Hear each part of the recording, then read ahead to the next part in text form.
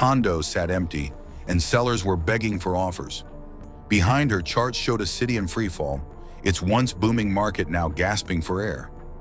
As her frustration spilled over on live television, one thought swept across Arizona. News cameras flash. Governor Katie Hobbs steps up to the podium, her voice trembling as the charts behind her reveal a shocking truth. Tucson's once booming housing market has collapsed. Once celebrated as a symbol of Arizona's unstoppable growth, the city now faces plummeting prices, job losses, and shaken confidence across the state. How did one of Arizona's strongest real estate success stories unravel so fast?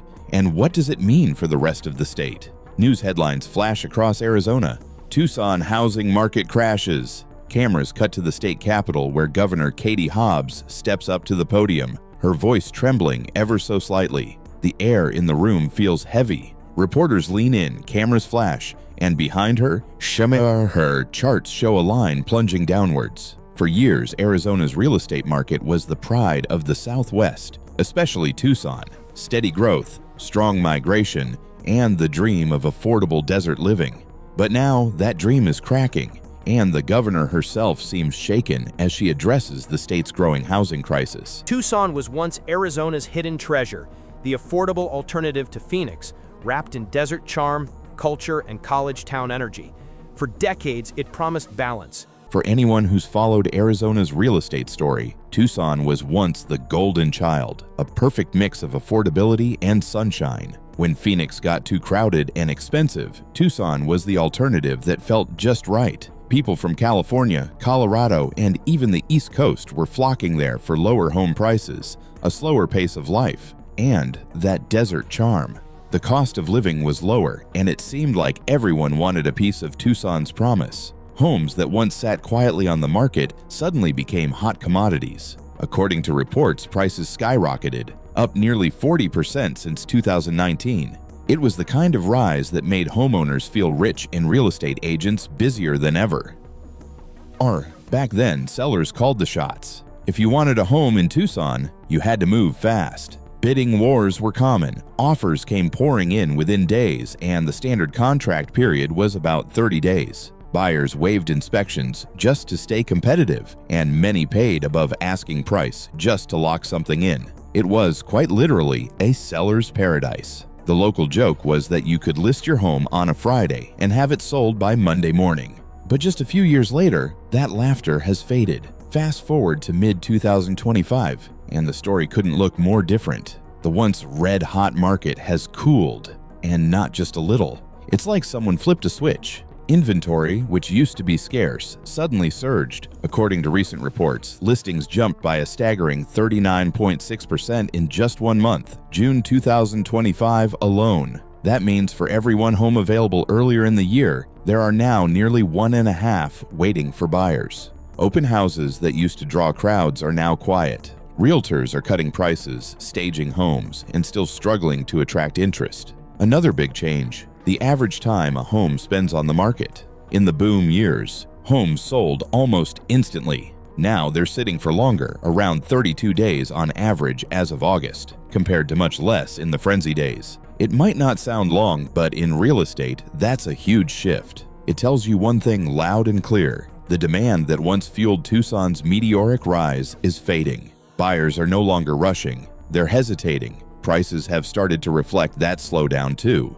According to Zillow data, Tucson's median home value is down about 3.5% year over year. That may not seem like a crash on paper, but psychologically, it's a big deal, especially after years of non-stop growth. For people who bought during the peak, that decline can mean losing tens of thousands of dollars in home equity. For developers, it's a warning sign. And for local governments, falling property values mean shrinking tax revenues, which fund everything from schools to road repairs. Once Tucson's pandemic success story are also hurting. Occupancy has dropped below 50%, forcing investors to unload homes at deep losses.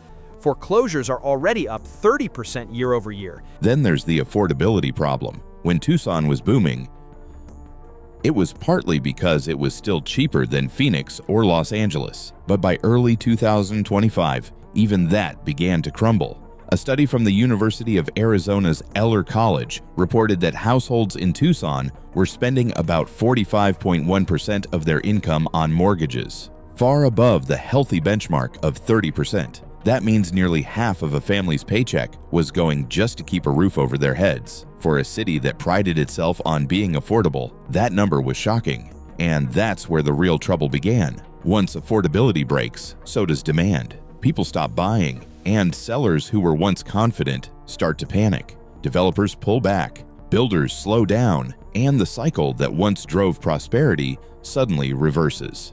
By the time experts started warning that Tucson was one of the 5 most vulnerable housing markets in America, the damage was already showing. Reports highlighted the city's rapid price growth, high cost burden, and fragile buyer pool as warning signs of a potential crash, and those warnings have now come true. So when Governor Hobbs stood before the cameras, it wasn't just about the numbers, it was about the people behind them, families struggling to afford rising payments,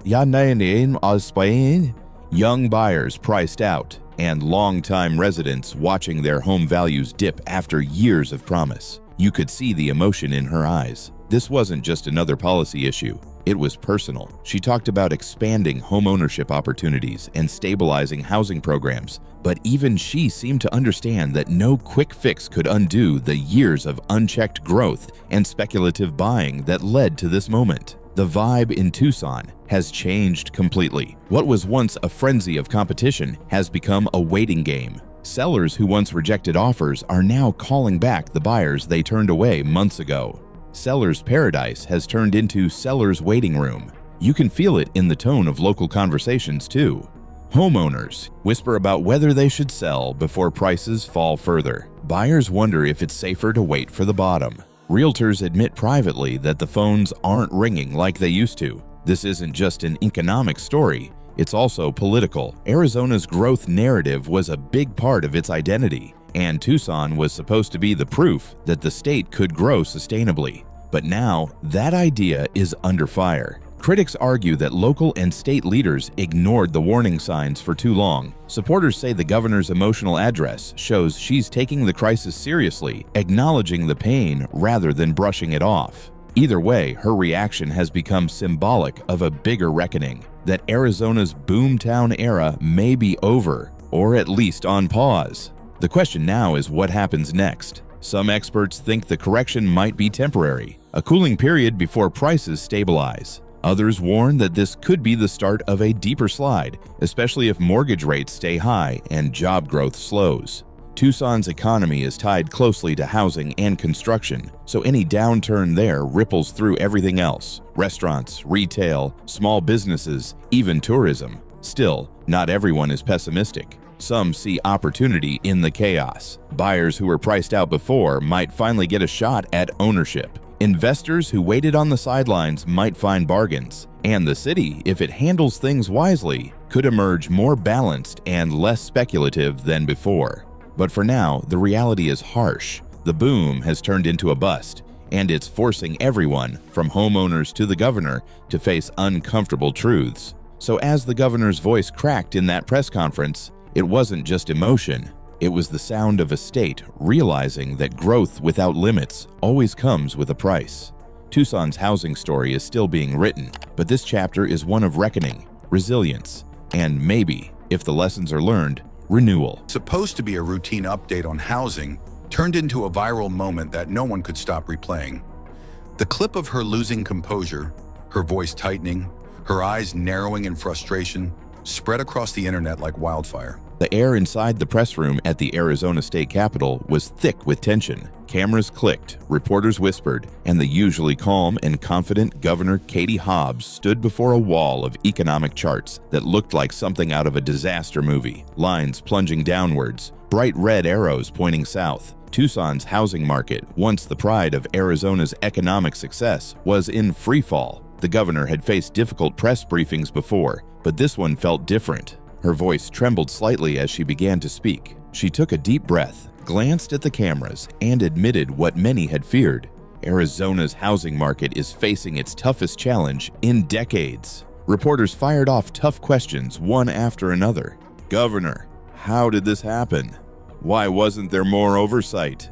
What's being done to stop the collapse? Each question seemed to cut deeper, and the governor's composure began to crack. She paused, visibly emotional, as she looked at the chart showing Tucson's home prices dropping month after month. For a moment, she looked less like a politician and more like someone carrying the weight of thousands of struggling families on her shoulders. This wasn't just a press conference anymore, it was a breaking point. What made the scene so powerful wasn't just the data, it was what it represented. For years, Hobbs had positioned herself as the face of Arizona's growth and stability. She had proudly spoken about affordable housing programs, sustainable development, and the promise of cities like Tucson leading Arizona's next economic chapter. But now, standing in front of a sea of falling numbers, her biggest promise, growth, had turned into her biggest challenge. It wasn't just an economic story anymore, it had become a political one. Her credibility, her leadership, and even her image as a steady hand in uncertain times were all on the line. House prices to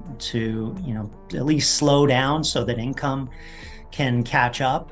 Having housing affordability drop so much. Behind those headlines, the human side of the story was just as intense. Across Tucson, the housing collapse was changing lives almost overnight. Let's start with the homeowners and sellers, the people who had once felt untouchable. For years, selling a home in Tucson was like having a golden ticket. Homes were snatched up in days, sometimes even hours. Sellers didn't just make profits, they made small fortunes. But now, the tables have turned. Listings are piling up faster than buyers can keep up with. What used to be a market where sellers received 5 offers above asking price is now one where they're grateful for just one, often well below their expectations. Many have had to slash their prices or offer incentives, like paying for closing costs just to attract attention. Some homes sit unsold for over a month, a shocking change from the lightning-fast sales of the past few years. Starter and mid-tier homes are holding up slightly better,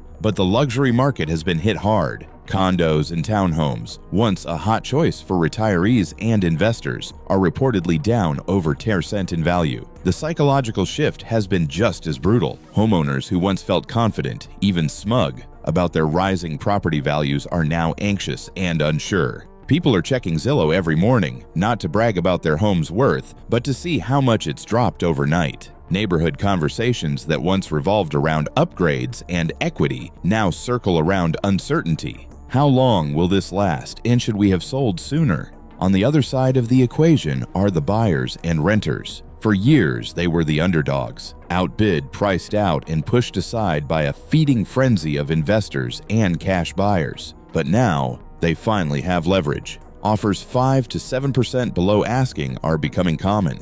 Buyers can take their time, negotiate inspections, and even ask for repairs. Luxuries that were unthinkable just a couple of years ago. Still, it's not all good news for them either. Many renters who jumped into buying at the peak of the market, hoping to get in before it's too late, now find themselves in financial quicksand.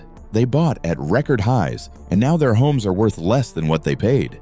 They're stuck with higher mortgage payments, falling values, and a sinking feeling that they might have made the wrong call. For renters still waiting to buy, the picture is mixed. Prices are falling, but so is job security as the broader economy starts to wobble. And speaking of the broader economy, developers, builders, and businesses are feeling the squeeze too. Tucson's real estate boom didn't just inflate home prices, it fueled an entire ecosystem.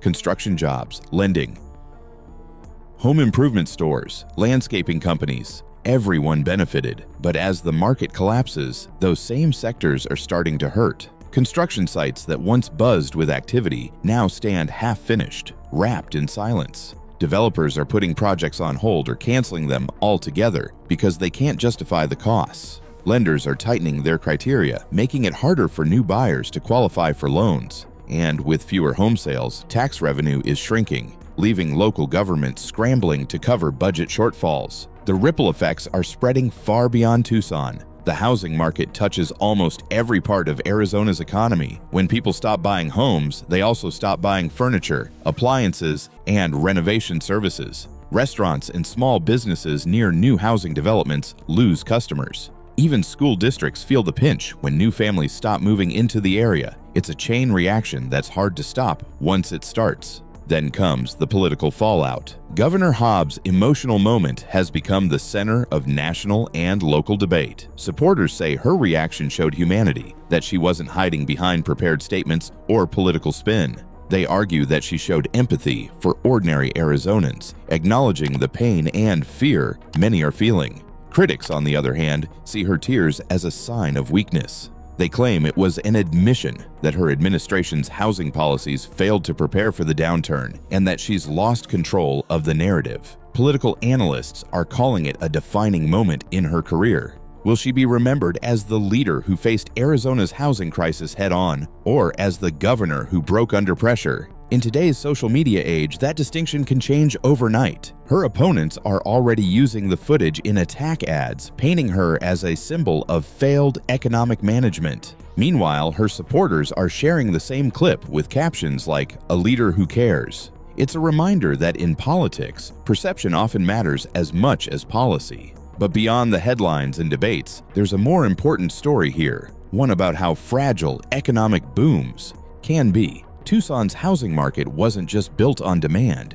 it was built on optimism. For years, people believed prices could only go up. And when everyone believes that, they stop questioning whether the growth is sustainable. Now that illusion has shattered, and even the governor can't hold back her emotion. As the dust settles, the big question remains: what happens next? Can Tucson stabilize, or will the decline deepen? Will Arizona's leaders learn from this, or repeat the same cycle again when the next boom comes around? For now, all eyes remain on Governor Hobbs and how she navigates the fallout. Her moment of breaking down might have been emotional, but it was also real. And in times like these, maybe that's what people need most. Tucson isn't just losing property value, it's losing faith. The same faith that built its skyline, filled its suburbs, and drew thousands to the desert with hope. What's happening in Tucson right now isn't just another housing slowdown. It's something much bigger, faster, and riskier than anyone expected. If you've been watching the Arizona real estate market over the past few years, you know how wild the ride has been. Tucson went from being the affordable escape from high-cost cities to one of the hottest property markets in the Southwest. People from California, Colorado, and even Texas rushed in. Developers couldn't build fast enough. And for a while, it felt like the boom would never end. But then, almost overnight, everything changed. What makes this housing crash so unsettling isn't just the drop in prices. It's how quickly it happened, how deeply it's shaking confidence, and how far-reaching its consequences might be. The first thing that sets this crash apart is the speed of the shift. Housing markets usually cool off gradually. You might see listings sit a bit longer, maybe prices inch down a few percentage points, and over time, things stabilize. But in Tucson, the change has been like hitting a brick wall. In just a few months, the market went from bidding wars and same-day sales to price cuts and unsold homes piling up. Inventory shot up almost 40% in June 2025 alone, a staggering number by any measure. It's like someone pulled the emergency brake on a speeding train. For sellers, it's been whiplash. Just last year, they were turning down offers because they were confident a higher one would come in the next day. Now they're cutting prices and waiting weeks just to get a showing. That kind of sudden reversal doesn't just hurt financially, it damages trust, which might be the most dangerous part of all this. See, housing markets run on confidence as much as they do on money. When people believe that home prices will keep rising, they're willing to stretch budgets, take out bigger loans, and invest in renovations or new construction. Confidence fuels everything. But once that belief cracks, things unravel fast. Buyers get cautious, sellers get desperate, and developers hit pause. It becomes a psychological shift as much as an economic one. And in Tucson's case, that confidence didn't just disappear, it imploded. When even the governor of Arizona, Katie Hobbs, stood before cameras and visibly broke down over the housing collapse, it sent a powerful message. This wasn't just another market correction, it was a sign that the people in charge were just as shaken as everyone else. The collapse of confidence spreads like wildfire. Investors who were planning new projects suddenly pull out. Banks tighten lending, worried that falling prices will erode collateral. Ordinary people stop spending on big purchases because they're afraid of what's coming next. It's a domino effect, and it hits much faster than most realize. Tucson's situation shows that once people stop trusting the idea of endless growth, recovery becomes far more difficult because rebuilding confidence, whether in markets, leadership, or the economy, takes time. And time is something the state may not have if the decline continues. Another reason this crash feels different is that Tucson's growth model itself was built on fragile foundations. For years, Arizona's development strategy leaned on three pillars: cheap land, rapid construction, and steady in-migration. That formula worked brilliantly for a while. Developers could buy land for relatively little, build homes fast, and sell them to a steady stream of newcomers fleeing expensive states. But like every boom built on simplicity, it had an expiration date. The problem is you can only rely on population growth and cheap development for so long before the cracks start to show. Infrastructure gets strained, wages fail to keep up with housing costs, and locals start feeling priced out of their own neighborhoods. Tucson hit that wall in 2024 and 2025. The inflow of buyers slowed, costs of materials rose, and the affordability advantage that once made Tucson so appealing started to fade. At the same time, the sheer number of new builds flooding the market outpaced the actual demand. When that happens, prices don't just flatten, they fall. And it's not just a matter of too many houses. The city's economic engine was becoming overly dependent on real estate itself. When so much of a local economy relies on housing, whether through construction jobs, property taxes, home improvement stores, or even local services, any disruption hits harder than expected. It's like pulling one thread in a sweater. Everything else starts to unravel with it. That brings us to the secondary effects, which are arguably the scariest part of this crash. Because housing doesn't exist in a vacuum, it's connected to almost every sector of the economy. When new construction slows down, construction workers lose jobs. When people stop buying or upgrading homes, local businesses, from electricians to furniture stores, feel the pinch. When fewer homes sell, cities collect less in property taxes and transaction fees, which means less money for schools, parks, and infrastructure. Suddenly, a housing slowdown becomes a full-blown economic drag. They tell a story louder than any headline could. Behind those empty homes are real people. Families who stretch their budgets to chase the dream of homeownership. In Tucson, these ripple effects are already showing. Construction sites that were once buzzing with activity have gone quiet. Contractors are reporting canceled projects. Real estate agents who were used to multiple closings a month are seeing business dry up. Even small businesses like landscaping and home repair services are noticing fewer calls. It's the kind of slowdown that doesn't just hurt one group, it seeps into every corner of the community. And when the housing market goes down, it tends to take local confidence and spending down with it. Local governments are also feeling the squeeze. When housing values drop, so does tax revenue. That puts pressure on city budgets and can force difficult decisions, cutting public programs, delaying maintenance projects, or reducing staffing. It becomes a vicious cycle. Less tax revenue leads to fewer services, which makes the area less attractive to new buyers, which further weakens the housing market. For a city like Tucson, which relied heavily on its real estate success to fuel growth and fund public services, that's a dangerous spiral. And yet, the real weight of this crisis may not be economic, it's emotional. Tucson's housing boom wasn't just about profit, it represented hope. For years, it was a symbol of Arizona's resilience and growth. People believed that if they worked hard, they could own a piece of the desert dream. Now, that dream feels fragile. Families who stretched their finances to buy at peak prices are watching their home values slide. Retirees who invested in property as their safe bet are seeing their nest eggs shrink. And young families who were waiting for the right time to buy are now wondering if that right time will ever come. So when people ask, why is this crash so different? The answer is simple. It's different because it's not just about numbers on a spreadsheet. It's about how fast things turned, how deeply trust was shaken, and how far the fallout reaches. Tucson's market didn't just cool, it collapsed under the weight of unrealistic expectations and overconfidence. This is the kind of crisis that forces everyone to rethink what growth really means. For years, Arizona's success was measured by how fast it could build and how many people it could attract. But maybe real success isn't just about expansion, it's about sustainability. Tucson's crash is a painful reminder that no boom lasts forever, and that stability, not speed, is what ultimately keeps communities strong. As the dust settles, the challenge for leaders like Governor Hobbs isn't just fixing the numbers, it's rebuilding trust. People need to believe again in the housing market, in the economy, and in the leadership guiding them through it. Because when confidence breaks, it's not just homes that fall, it's hope. And that's what makes this crash different and why its recovery will be one of the hardest Arizona has ever faced.